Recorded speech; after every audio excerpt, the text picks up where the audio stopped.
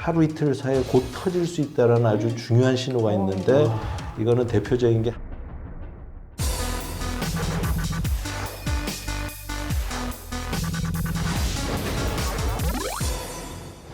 낭만 닥터는 김사부, 신경외과 의학 전문은 신사부. 의사 출신 동아일보 이진한 의학 전문 기자입니다. 안녕하세요. 헬스조선의 의학 전문 기자 이금숙입니다. 오늘도 신경외과 분야 최고의 전문가들을 모시고 이 신경외과 신사부의 문을 열겠습니다. 자, 오늘의 주제 아직 파열되지 않은 아주 미파열 뇌 동맥류에 대해서 다뤄보도록 하겠습니다.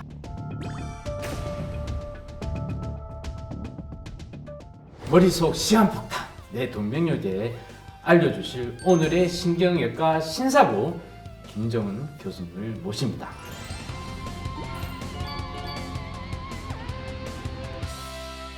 오늘 주제가 이 바로 뇌혈관이 부풀어 오르는 뇌동맥류라고 하는데 실제로 이 배우 안재욱 씨가 이 병을 앓았다고 해서 굉장히 좀 유명한 질환이에요. 네네네. 그렇죠. 우리 저번 시간에 뇌 동맥류 좀 듣긴 들었는데 아까 미파열 뭐 그러기도 한데 이게 뭔지 모르겠네요.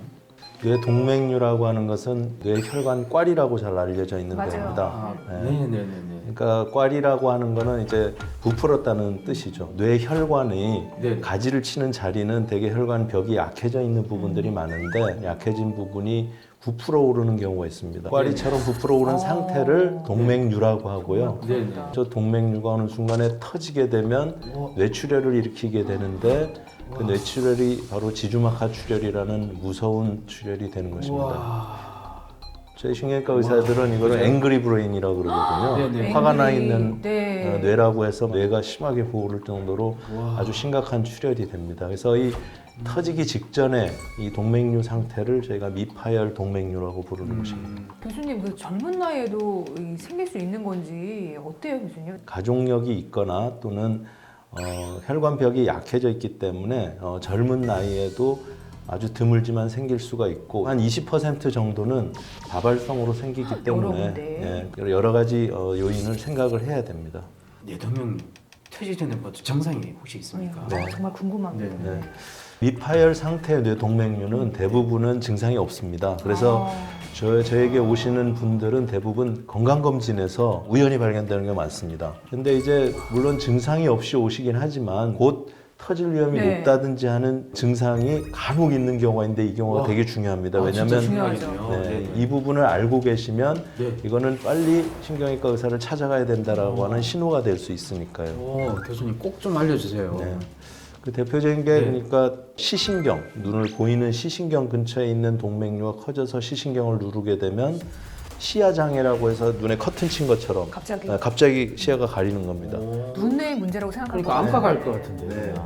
그래서 오진하기 쉬운 신경외과 질환이라고 저희가 학생들에 가르치는 것 중에 아주 대표적인 게 동맥류일 수 있고요. 그다음 두 번째는 주변에 뇌 조직을 누르게 되면 크기가 많이 커서 그러면 뇌전 발작이라고 하는 일반인들이 생각하는 경기 뭐 이런 게 올 수가 있고 그다음에 또 눈동자를 움직이는 신경 근처를 누르게 되면은 눈이 두 개로 보이는 이중시, 복시 가 있을 수 있습니다. 또한 하루 이틀 사이에 곧 터질 수 있다는 아주 중요한 신호가 있는데 이거는 대표적인 게 한쪽 눈에 눈이 안 떠집니다. 눈꺼풀이 깔아앉아서 우리가 그걸 안검하수라는 어려운 말로 표현하는데 눈꺼풀이 처지는 거죠. 그렇죠. 한쪽 눈에 말고 한쪽에. 한쪽 눈만. 그러면 동맥류가 갑자기 부풀어서 터지기 직전에 신경을 눌러서 신호를 보낸다는 걸 볼 수가 있거든요. 이런 경우에는 응급실로 가셔야 돼요. 응급실로 가셔서 신경외과 의사의 판단을 받아야 됩니다. 도대체 그럼 이 무시무시한 병은 교수님 왜 생기는지 설명 좀 부탁드리겠습니다. 대표적인 게 동맥경화입니다. 네네. 동맥경화 하시면 위험 인자는 크게 5가지 정도를 기억하시면 되는데 고혈압,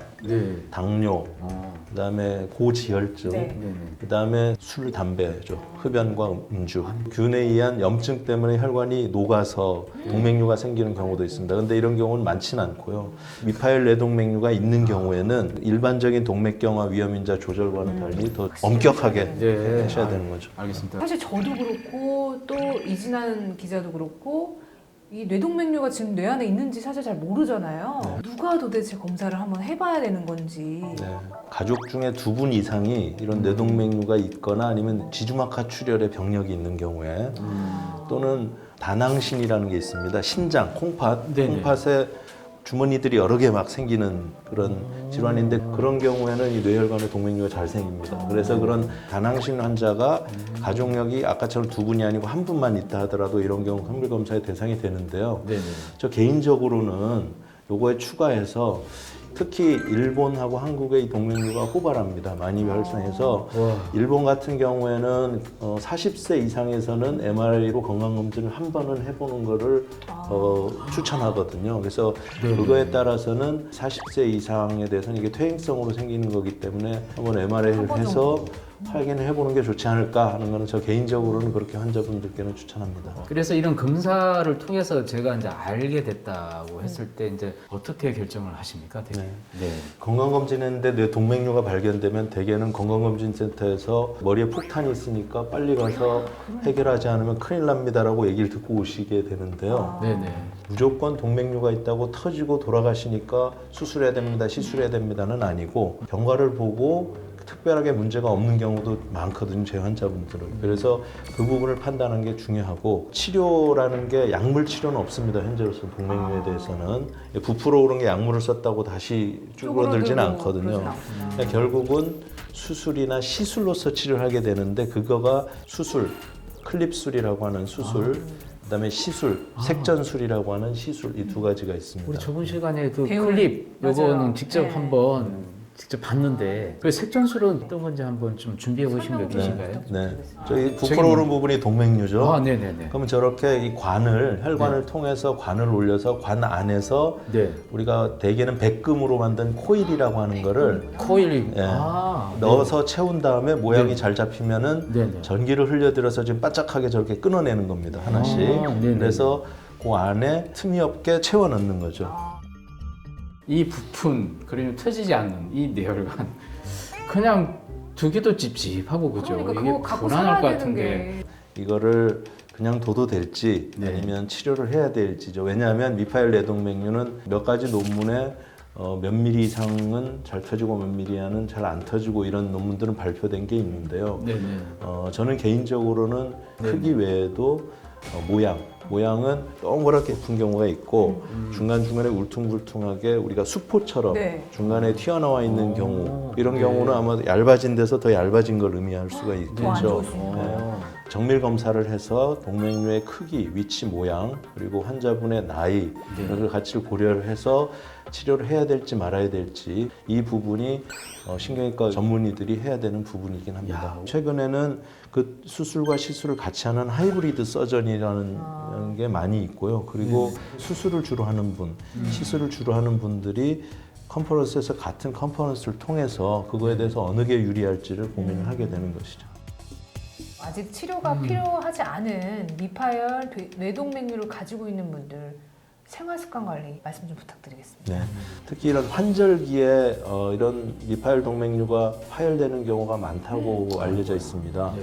그 이유는 고혈압 같은 경우는 혈압이 변동이 있을 수가 있거든요. 그게 제일 대표적인 게 갑작스러운 체온 변화이거든요. 그래서 이런 환절기에 갑자기 추워진 때는 야외 활동을 할 때 좀 따뜻히 입고 간다기 또는 살을 뺀다고 한증탕에 가서 막 뜨거운 데서 참고 이렇게 있는 미파일 동맥류 있는 분들은 이런 갑작스러운 체온 변화 이런 거는 좀 자제하시는 게 좋고 술 담배 하시는 분은 술 담배 끊으시는 게 좋고요. 그 다음에 경과는 이제 정기적으로 해서 이제 MRI 같은 걸 찍으면서 변화가 있는 걸 봐야 되는데 그런 정기 검사는 계속해서 잘 받아야 되는 게 주의할 점이라고 볼 수 있습니다.